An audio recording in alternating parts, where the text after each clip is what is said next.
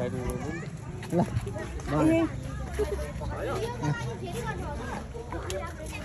साथीहरू यति बेला चाहिँ हामी दमक 9 नम्बर यो निम्स हस्पिटलदेखि थोरै तल्लोपट्टि छौँ र सर्प उद्धारको लागि हामी आएको छौँ होइन। त्यही रोक्नु त एकचोटि अहिलेकोमा चाहिँ तपाईँले देख्न सक्नुहुन्छ सर्प यहाँ हिँडिरहेको छ है त। यहाँ छ यो चाहिँ एकदम बिग साइजमा गोमन सर्प है, धेरै नै विशाल हुन्छ यो सर्प भइरहेको छ।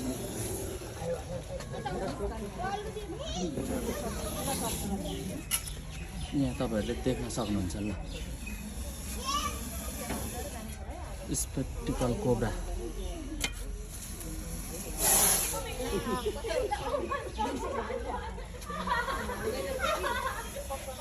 सिधा खेल्नु ल अलिक पर जानु। यहाँ चाहिँ तपाईँहरूले देख्न सक्नुहुन्छ है, यसलाई नेपालीमा गोमन सर्प, गाउँघरमा चाहिँ यसलाई नाग, इङ्ग्लिसमा स्पेक्टिकल कोब्रा भनिन्छ। पूर्ण रूपमा धेरै नै विषालु सर्प हो यो चाहिँ। तपाईँ हामीले चाहिँ यसलाई चलायौँ, असर पुऱ्यायौँ, जिस्कायौँ भने चाहिँ यसले टोक्ने हो। जुनसुकै सर्पले पनि तपाईँ हामीलाई चाहिँ उनीहरूलाई हामीले असर पुऱ्याएनौँ भने उनीहरूले पनि हामीलाई टोक्दैन, असर पुऱ्याउँदैन। यो गोमन सर्पले चाहिँ यसलाई त अब नाग भन्छ मान्छेले, तर सर्पहरू सबै नाग हुन्छ। गोमन सर्प चाहिँ नाग हो, अरू धामन सर्प, ढोडे सर्प नाग होइन भन्ने हुँदैन। तपाईँहरू कतिजनाले चाहिँ सर्पको पूजा पनि गर्नुहुन्छ, नागको पूजा गर्नुहुन्छ। तपाईँको नाग पञ्चमीमा चाहिँ घरमा फोटो चाहिँ मूल ढोकामा पूजा के अरे टाँसेर पूजा पनि गर्नुहुन्छ। तर यो सर्पलाई मार्नुहुन्छ भने तपाईँले नाग मानेको, नागलाई पूजा गरेको कुनै पनि अस्तित्व रहँदैन। त्यसैले सर्पहरू कुनै सर्प पनि नमारौँ। सर्पले इकोसिस्टमलाई ब्यालेन्स गर्छ, सूर्यबाट आउने विकिरणलाई सर्पले खान्छ। यहाँ तपाईँले देख्न सक्नुहुन्छ एकदमै एग्रेसिभ छ। र अहिले जाडोको सिजन छ होइन, जाडोको सिजनमा चाहिँ सर्पहरू कम मात्रामा चाहिँ बाहिर निस्किने होइन, घाम लागेको समयमा घाम तापेर बस्ने समय हो। र सर्पको चाहिँ ब्लड रगत चाहिँ चिसो भएको कारणले गर्दाखेरि घाममा निस्किन्छ। तातो ठाउँहरू चाहिँ यसले खोजेर हिँड्छ। राति तपाईँहरूले सुत्दाखेरि आफ्नो कोठामा चाहिँ झुलको प्रयोग गर्नु होला, हिँड्दाखेरि हातमा लाइट लिएर हिँड्नु होला है। यस्तो खालको सर्पहरू वरिपरि हुनसक्छ, आफै जोगिनु होला भन्न चाहन्छु। तपाईँले देख्न सक्नुहुन्छ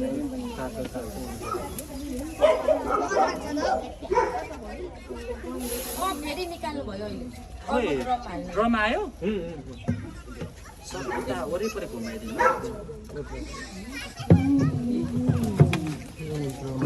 अहिलेको हाम्रो लट्ठी लट्ठी दिनु त।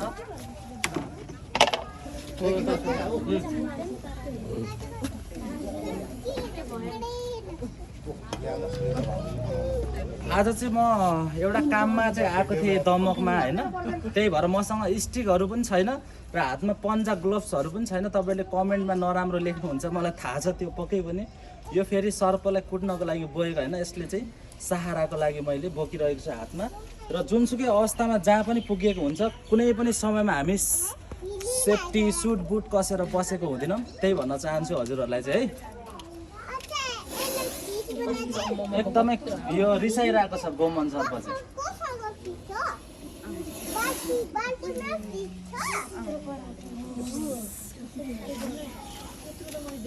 यहाँ चाहिँ देख्नुहुन्छ तपाईँहरूले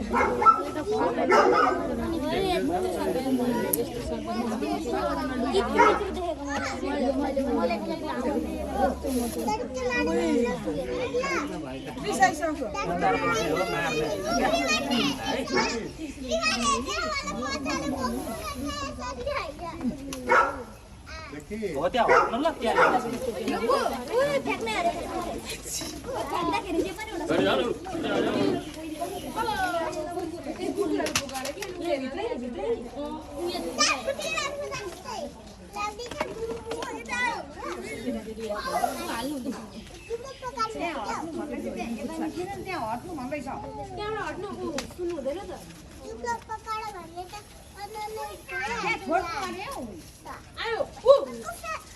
हो यहाँ छोड्नु ल। नडराउनु न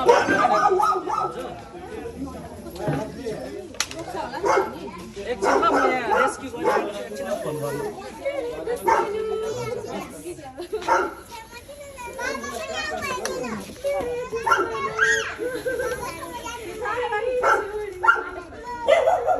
तपाईँहरूले यति ठुलो गोमन सर्प देख्नुभएको थियो अगाडि? हजुर, यो चाहिँ एकदमै धेरै उमेर खाएको क्या बुढो सर्प हो। सर बसेर खिच्नु। र यहाँ चाहिँ तपाईँले देख्न सक्नुहुन्छ गोमन सर्प है। यहाँ अब धेरै हल्ला छ, म बोलेको सुनिँदैन होला। सुनिन्छ बोलेको? सुनिन्छ, रेकर्ड गर्नु। कुकुरले चाहिँ डिस्टर्ब गर्यो है। र साथीहरू यसलाई चाहिँ नेपालीमा गोमन सर्प, इङ्ग्लिसमा स्पेक्टिकल कोब्रा, गाउँघरमा चाहिँ यसलाई नाग भनेर पूजा गरिने गरिन्छ। पूर्ण रूपमा धेरै नै विषालु सर्प हो है। यो सर्पले चाहिँ बाइचान्स तपाईँहरूलाई डसिहाल्यो, टोकिहाल्यो भने चाहिँ तुरुन्तै उपचार केन्द्र जाने। तपाईँहरू धामी, झाँक्री, जडीबुटी, झारफुकतिर जानु भने चाहिँ तपाईँहरू सिधै भगवान्को घर जानुहुन्छ। त्यसैले सर्प अविषालु सर्पले टोकेको छ भने झारफुक गर्दाखेरि निको हुन्छ। उहिलेको बुढापाकाहरूले चाहिँ जुनसुकै सर्पले टोक्दा पनि झारफुक गर्दाखेरि निको हुन्छ भन्नुहुन्थ्यो।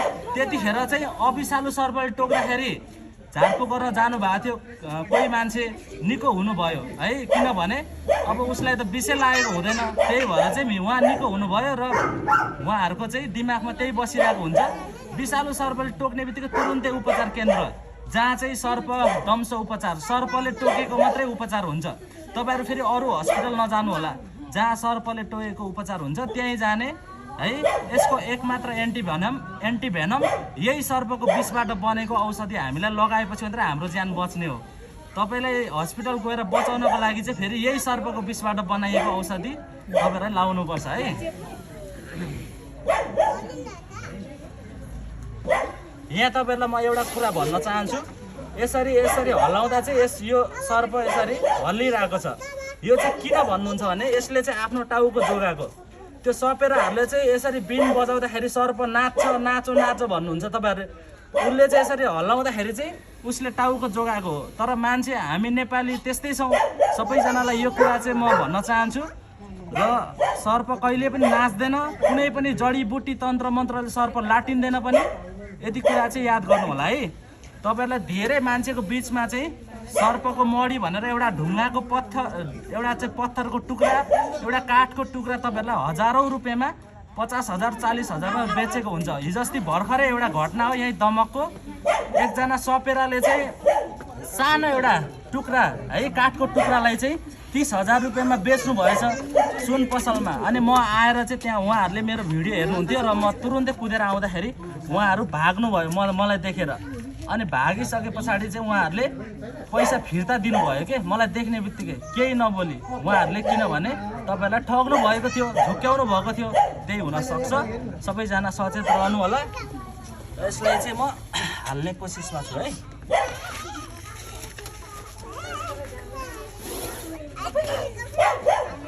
यहाँ तपाईँहरूले देख्न सक्नुहुन्छ।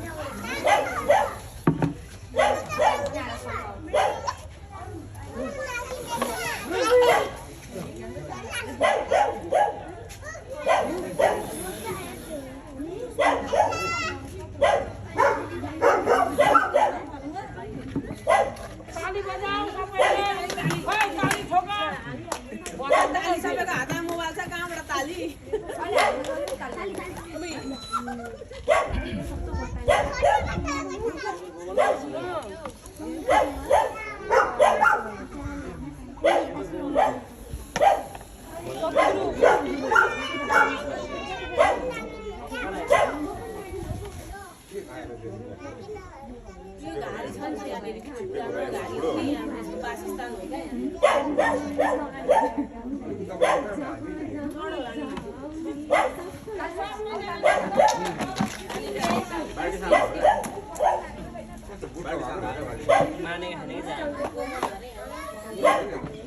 पस भाइ पस, तेरो ज्यान बचाउन खोजेको।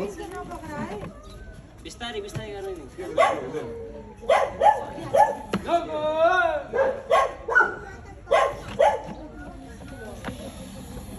माथि आउँदैछ। हजुर माथि आउँदैछ। आयो निक्लियो। जङ्गलमा निकै छ।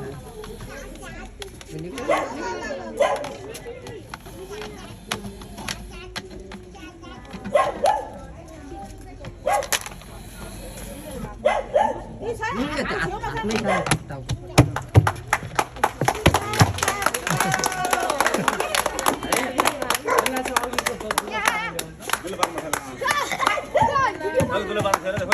तपाईँहरूलाई त कसैलाई जादु देखे जस्तै लागिरहेको होला उता उहाँ छ यो फेरि बिस निकालेको सर्प त होइन नि होइन हेर्नु त खै त ल्याउनु त धन्यवाद। हस् हजुर तपाईँहरूलाई पनि सर्प बचाउनु भयो धन्यवाद। एउटा सर्प बचाउनु भनेको चाहिँ 100 जना मान्छे बचाएको बराबर हुन्छ। त्यो सर्पले टोकेको विष त्यो औषधिहरू यही सर्पको विषबाट निकालेर बनाउँछ कि त्यो सर्प मार्नु दबाई हामीसँग कहाँ हुन्छ डक्टरसँग हुन्छ नि राजा टोक्यो भने सबैजना डक्टरका भन्छ नेपालमा अहिलेसम्म छैन त्यो सबै राष्ट्रिय छिमेकी राष्ट्रिय देशबाट आउँछ नि। अब यहीँनिर चाहिँ तपाईँको यसलाई यसको विष निकालेर औषधि बनाउन सकिन्छ, एन्टिभेनम बनाउन सकिन्छ, तर यहाँ बनायो भने यहाँको नेताहरूले कमिसन खान पाउँदैन होइन। हरेक कुरा हुन्छ नि त यहाँ। तपाईँको यो यसको चाहिँ विष निकालेर अनि घोडा पाल्नुपर्छ, घोडाको रगत निकालेर है मिसाएपछि मात्रै यसको एन्टिभेनम बन्छ। कसरी देख्यो